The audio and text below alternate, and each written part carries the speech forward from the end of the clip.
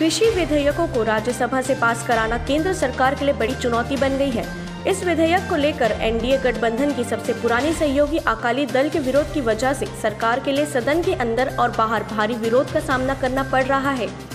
आज राज्यसभा में इसके विधेयक को पारित कराने को लेकर चर्चा की जाएगी।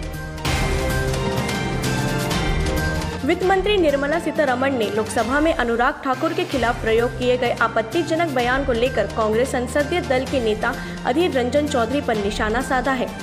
उन्होंने कहा है कि सभी लोग आज अनुराग ठाकुर के हार्डवर्क की वजह से ही संसद पहुंचे हैं और लोगों का विश्वास जीत सके हैं। अगर आप किसी के बयान से सहमत नहीं हैं, आप सभापति से उस शब्द को हटाने को कह सकते हैं, लेकिन किसी सीनियर सदस्य के द्वारा केंद्र वित्त राज्य मंत्री के लिए बच्चा या छोकरा शब्द का प्रयोग करना ठीक नहीं है। भारत चीन सीमा विवाद थमने का नाम नहीं ले रहा है।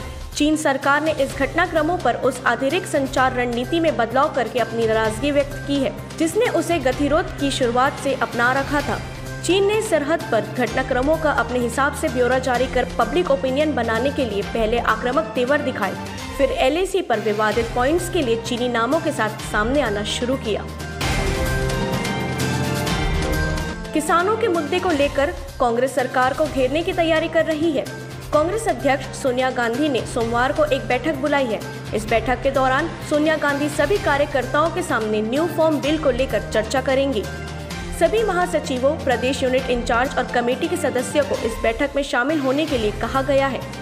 कांग्रेस जल्द ही न्यू फॉर्म बिल के खिलाफ आंदोलन शुरू करने वाली है।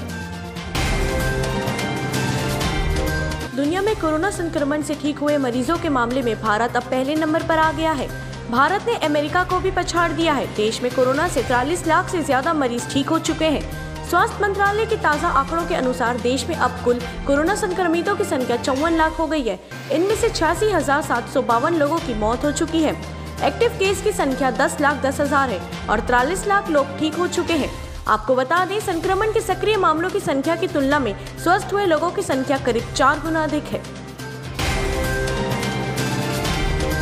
बिहार में विधानसभा चुनाव रोकने की गुहार वाली याचिका पर सुप्रीम कोर्ट ने 25 सितंबर को सुनवाई करेगा। उसी के आसपास बिहार के चुनावी कार्यक्रम की घोषणा भी हो जाएगी। संविधान विशेषज्ञों के मुताबिक चुनावी कार्यक्रम का ऐलान होने के बाद अगर सुनवाई हुई तो कोर्ट स्वतः उसमें दखल नहीं देगा। मध्य प्रदेश उपचुनाव पर सियासत गरमा रही है। एक बार फिर कांग्रेस और भाजपा आमने सामने आ गए हैं।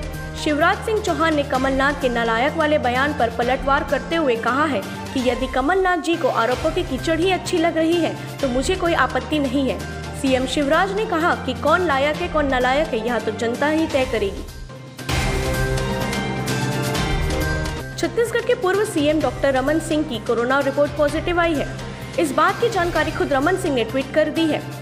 रमन सिंह के कोरोना संक्रमित होने की जानकारी होने पर सीएम भूपेश बघेल ने उनके जल्द स्वस्थ होने की कामना की है। सीएम भूपेश बघेल ने ट्वीट कर लिखा है कि अपना ख्याल रखिएगा, आपके जल्द स्वस्थ होने की कामना है। प्रदेश भर में सुबह तक के कोरोना के आंकड़ों के अनुसार 2600 नए मरीजों की पहचान की गई है। वहीं 1176 मरीज डिस्चार्ज किए गए हैं, जबकि 19 मरीजों की मौत की पुष्टि की गई है। आज मिले नए मरीजों को मिलाकर प्रदेश में कोरोना का आंकड़ा बढ़कर अब 84,234 हो गया है, जिसमें से 46,081 मरीजों को डिस्चार्ज किया गया है। फिलहाल प्रदेश में 37,479 मरीजों का उपचार जारी है। छत्तीसगढ़ में कोरोना मरीजों और संक्रमितों के आंकड़ों में तेजी से इजाफा देखा जा रहा है। रोजाना प्रदेश भर से हजारों नए मामले सामने आ रहे हैं।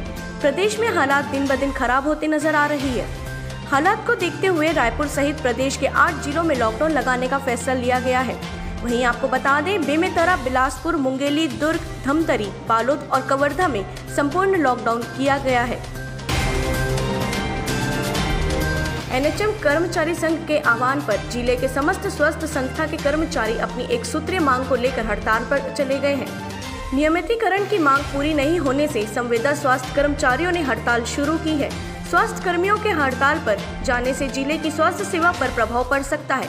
हड़ताल के पहले दिन कोरोना ड्यूटी करते हुए अपनी जान दे देने वाले स्वास्थ्य कर्मियों को याद किया गया। इसके लिए 2 मिनट का मौन भी रखा गया।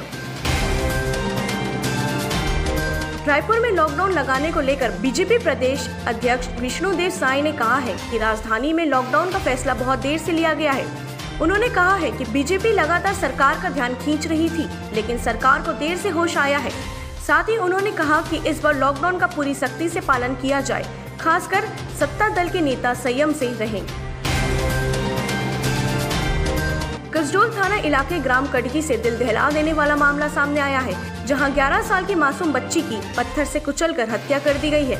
बच्ची का परिजनों ने बताया कि बच्ची शुक्रवार की दोपहर करीब 12 बजे घर से जोक नदी में नहाने के लिए निकली थी, लेकिन काफी देर तक नहीं लौटी थी, जिसके बाद शनिवार सुबह ग्रामीणों ने बच्ची की लाश जोक नदी के किनारे शनि मंदिर के पास झाड़ियों में देखी थी, जिसके बाद इसकी जानकारी मृतका के परिजनों को दी गई। बच्ची की लाश मिलने की सूचना पर पुलिस प्रशासन में हड़कंप मच गया है।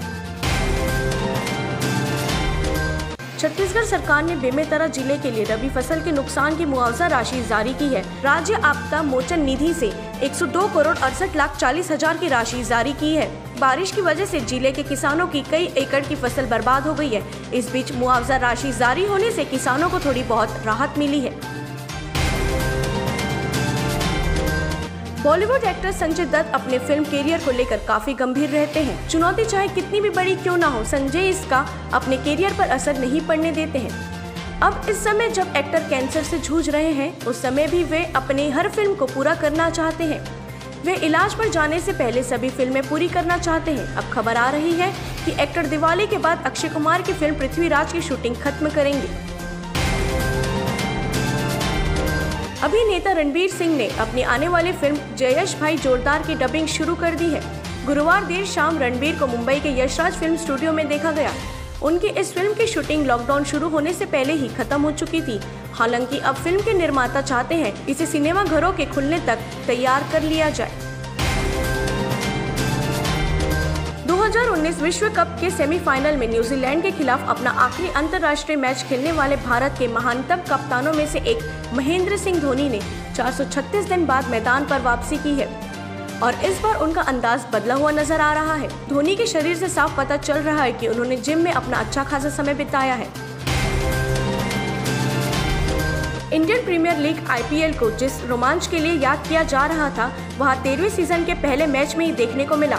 शेख जायद स्टेडियम में शनिवार को खेले गए पहले मैच में महेंद्र सिंह धोनी की कप्तानी वाली चेन्नई सुपर किंग्स ने रोहित शर्मा की कप्तानी वाली मुंबई इंडियंस को 5 विकेट से हराकर लीग का विजय आगाज किया।